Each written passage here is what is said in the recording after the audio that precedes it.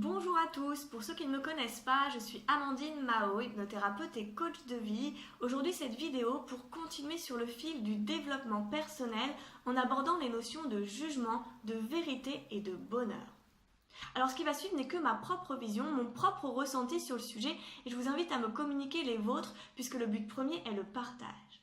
Donc, j'aimerais commencer ainsi. La bienveillance envers soi amène à la bienveillance envers autrui. Qu'il ne peut y avoir de l'amour de soi sans porter de l'amour à ceux qui nous entourent.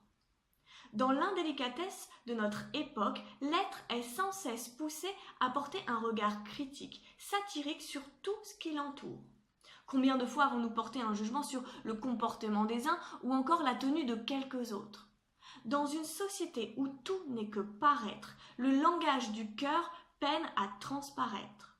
Il faut bien comprendre que nous sommes qu'à demi-coupables, car tout a été mis en place pour nous déconnecter de notre véritable soi, celui qui est connecté au cœur. Mais attention, nous sommes seuls responsables de laisser notre ego, ce masque social, prendre le dessus et nous mener inéluctablement à la lourdeur et au malheur.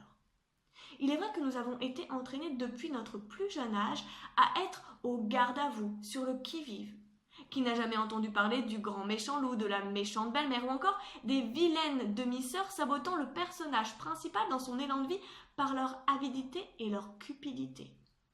On nous a appris dès le départ à être méfiants, que l'autre pouvait être meilleur que nous, plus méchant. Alors compétition, rivalité, comparaison.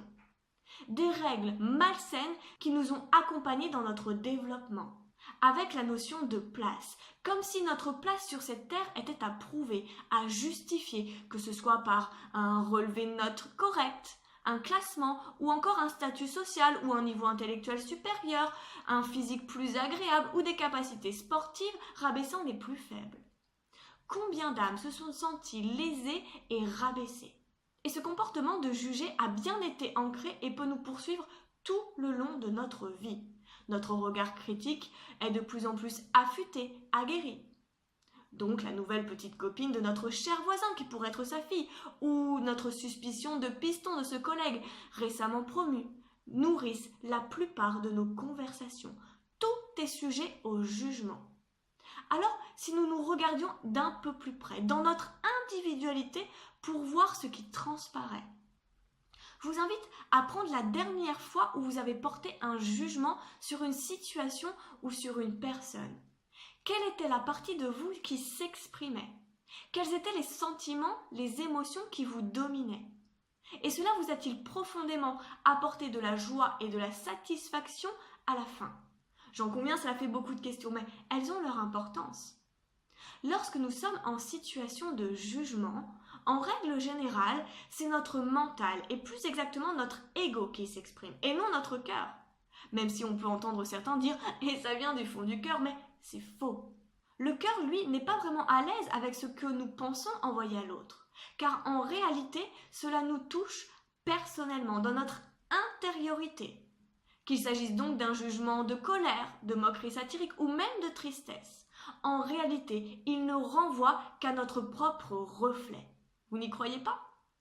Pourtant, il faut se rendre à l'évidence que l'autre n'est que notre miroir, soit dans ce que nous détestons en nous, mais que nous aimons souligner comme étant un défaut chez l'autre.